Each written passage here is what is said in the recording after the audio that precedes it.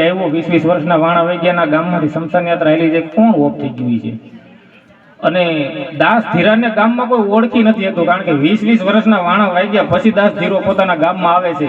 દાઢી વધી ગઈ છે, મૂછના કાતરા વધી ગયા છે, જટા વધી ગઈ છે, લગર વગર લુગડા પહેર્યા છે દાસ ધીરાએ, અને પોતાના ગામમાં આવે છે. શમશાન યાત્રા હાલી જાય, પણ એ વિચાર કરે છે કે હવે હું આ ગામનો છું, આ ગામની માટીમાં રમી રમીને મોટો થયો છું, જે હોય તે કોઈ પણ ગમે તે ઓફ થઈ ગયું હોય, મારે ગામના નાતે જવું તો પડે ને શમશાન યાત્રા. દાસ ધીરો શમશાન યાત્રાએ જાય છે, પણ દાસ ધીરાને વિચાર આવે છે કે બીજું બધું તો ઠીક, પણ આ કોણ ઓફ થઈ ગયું છે, પૂછવા તો દે મને. તો બધા માણસો જે શમશાન યાત્રામાં હતા ને એને પૂછે છે શમશાનમાં કે ભાઈ આ કોણ ઓફ થઈ ગયું? ગામના લોકો દાસ ધીરાને ઓળખી નથી શકતા કે આપણા ગામનો છે દાસ ધીરો છે, અને જેવો ગુજરી ગયો હતો ને દાસ ધીરાનો જ છોકરો હતો પાછો. દાસ ધીરાને નહોતી ખબર કે હું આજે શમશાન યાત્રામાં આવ્યો, મારો પેટનો દીકરો છે. એટલે ઓલા ગામના માણસોને પૂછે છે કે કોણ ઓફ થઈ ગયું? તો એ જે ડાયા માણસો હતા એને કીધું કે અમારા ગામમાં એક દાસ ધીરો કરીને હતા, અને એને ભક્તિ લાગી ગઈ, એને ભેટ પહેરી લીધો, આ એનો એકનો એક દીકરો હતો, એ ઓફ થઈ ગયો. પછી દાસ ધીરાને એમ થયું કે ઓહો જવું તો ખરા, મારો દીકરો ઓફ થઈ ગયો, આ 20 વર્ષના વાણા વહી ગયા, મને ખબર નથી કે આ મારો દીકરો આજ ઓફ થઈ ગયો. અને ગામ લોકો પણ દાસ ધીરાને ઓળખી નથી શકતા.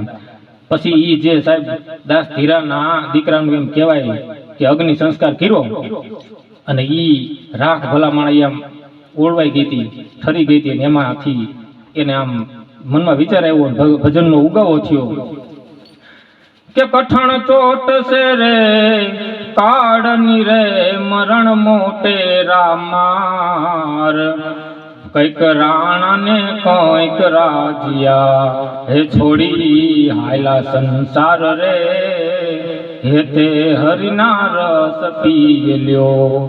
હે સંસાર સે ધુમાડાના બાત કરે, ભેરું નહીં આવે કોઈ, રંગ રે પતંગ નો ઉડી જશે, સાથે હોય પુણ્ય ને પાપ રે, હે તે હરિના રસ પી લ્યો.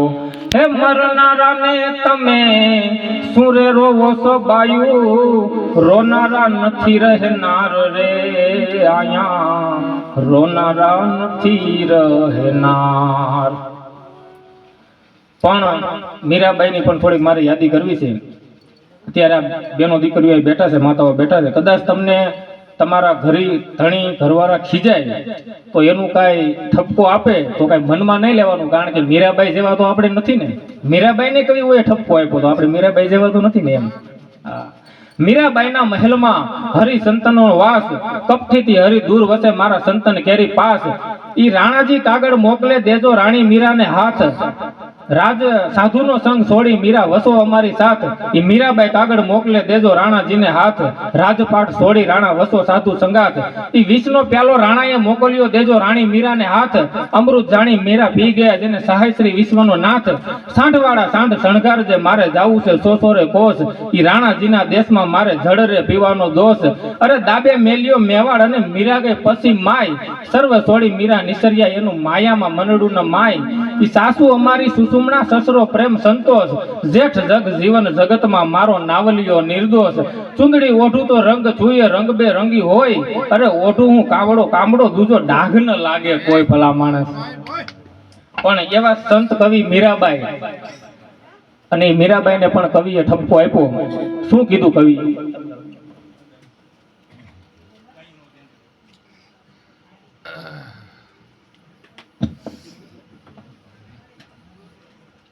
કવિ મીરાબાઈને ઠપકો દે છે. શું કે તમે મેળતાની રાણી ભલે મીરાબાઈના, તમે મેળતાની રાણી ભલે મીરાબાઈના, પણ જેની ચુંદડી ઓઢીતી રાણાનું શું, જેની ચુંદડી ઓઢીતી રાણાનું શું. મીરા મનથી સાવરિયા મોહનને વરા, મીરા મનથી સાવરિયા મોહનને વરા, જેની ચુંદડી ઓઢીતી રાણાનું શું, જેની ચુંદડી ઓઢીતી રાણાનું શું.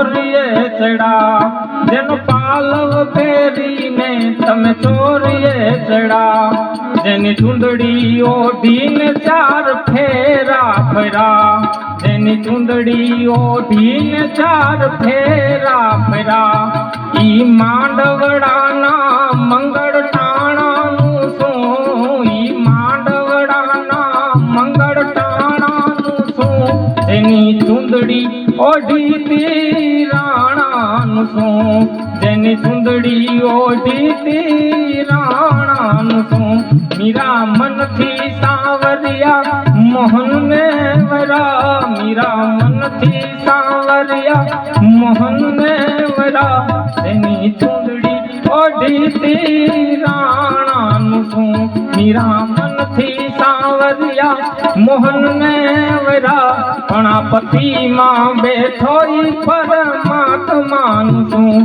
આ પતિમાં બેઠો ઈ પરમાત્માનું શું.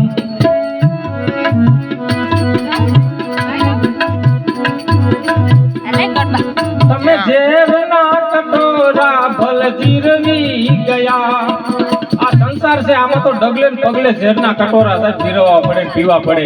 તમે તો એકાદી વાર પીધાય છે પણ આ સંસારમાં તો ડગલે ને પગલે પીવા પડે. તમે ઝેરના કટોરા ભલ જીરવી ગયા, તમે ઝેરના કટોરા ભલ